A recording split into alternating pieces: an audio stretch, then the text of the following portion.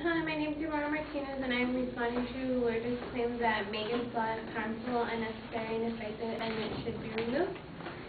As previously as she stated, Megans Law was the result of a 7-year-old Megan Kanka, who was raped and killed by a known child molester who moved across the street from the family without them knowing that he was a child molester. And the offender was a twice-convicted sex offender who no one knew about. So her three supporting claims were that Megans Law has many problems, they are incapable of getting fixed, and the way to solve the problem is to remove the law. So going back to her claim, Megans Law has many problems. She states that the law does not give ex-sex offenders the opportunity to change. It gives them a false sense of safety, and it is a bit too extreme. She stated the law gives a false sense of safety to the people, but actually the first law of sex offenders registration are said because the offenders pose a high risk of reoffending after they are released from custody. They are also said to protect the public from sex offenders, which is a primary governmental interest, and it is stated that the release of certain information about sex offenders to the public agencies and the general public will assist in protecting the public's safety. And then the second part of Megans Law is the community notification, which helps also with assisting law enforcement in investigations. It establishes legal grounds to hold offenders.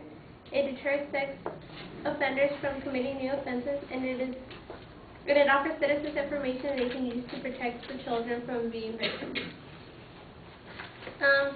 These laws actually help give the parents an opportunity to tell their children who to stay away from.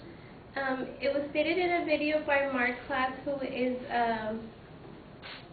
the Class Kids Foundation. Megan's mom stated that if she would have known that there was a sexual predator living across the street from her, she would have never allowed her daughter to be in the front yard by herself. She also states that why are the rights of the offender more important than the rights of her daughter's safety? And she states that maybe if these laws would have been available back then, her daughter would still be alive.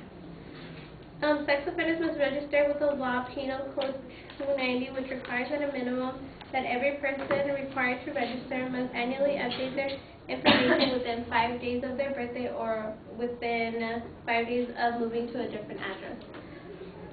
Every time you fail to register or fail to update your information with your specific reporting period, you're subject yourself to a new violation and to jail or prison sentence.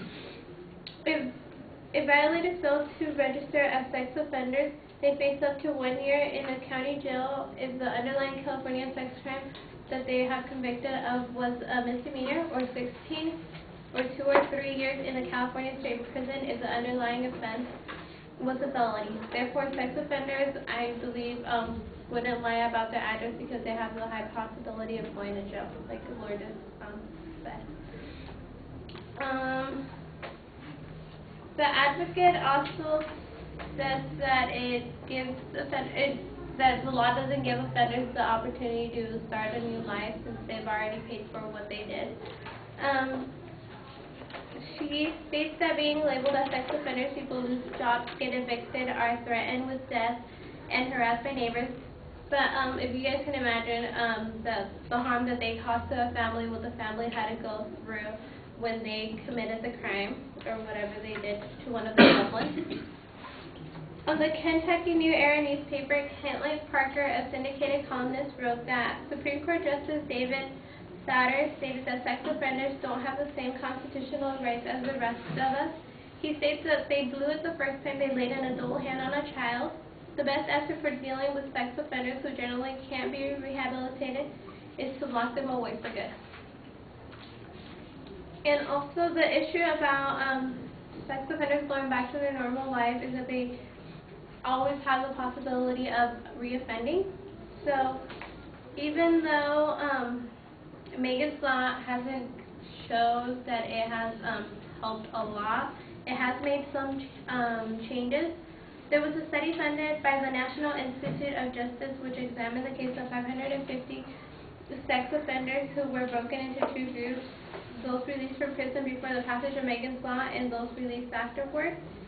And among the research, the ones that were released prior to Megan's Law, 10% of them were rearrested on sex crime charges, and the second group, 7.6%, were rearrested for such crimes.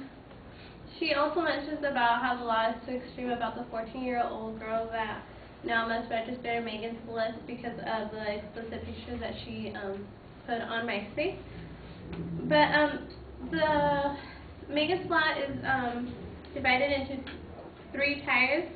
Tier 1 is the low risk, which means that info is usually released mainly to law enforcement or anyone actually connected to the original case, and this is where the information of the girl would be put on, but her information wouldn't actually be released to the community or anybody else. So it's actually not too extreme. And then Tier 2 is a moderate, which includes law enforcement, but also variably schools, daycare centers, employers, and carrier civic organizations.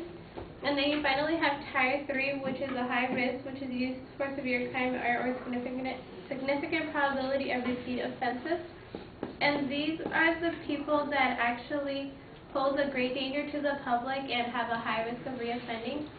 They are put on the list for oral copulation or sodomy, rape, sodomy with minor by force, copulation with a minor by force, containing sexual abuse of a child, child molestation, kidnapping with intent to commit specific sex offenses, and felony enticement of a child for purpose of prostitution. So only the high-risk offenders are the ones that actually get put on the list, so not everybody's information will be exposed. Now, going to her second claim that it is incapable of getting fixed, the truth is that the system does not need to get fixed. On February 6, 2009, in the New Jersey Real-Time News, Maureen Conca, the mother of Megan Conca, stated that the purpose of the law was to provide awareness to parents.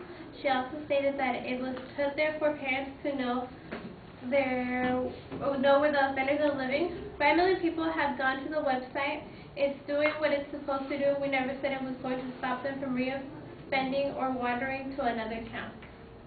So finally, she talks about removing the law. If the law were to be removed, then nobody would know if their neighbor is a sexual predator or something. Or they might even let their children at a daycare where somebody's actually been in jail for that. So I believe it's not a good reason to remove it.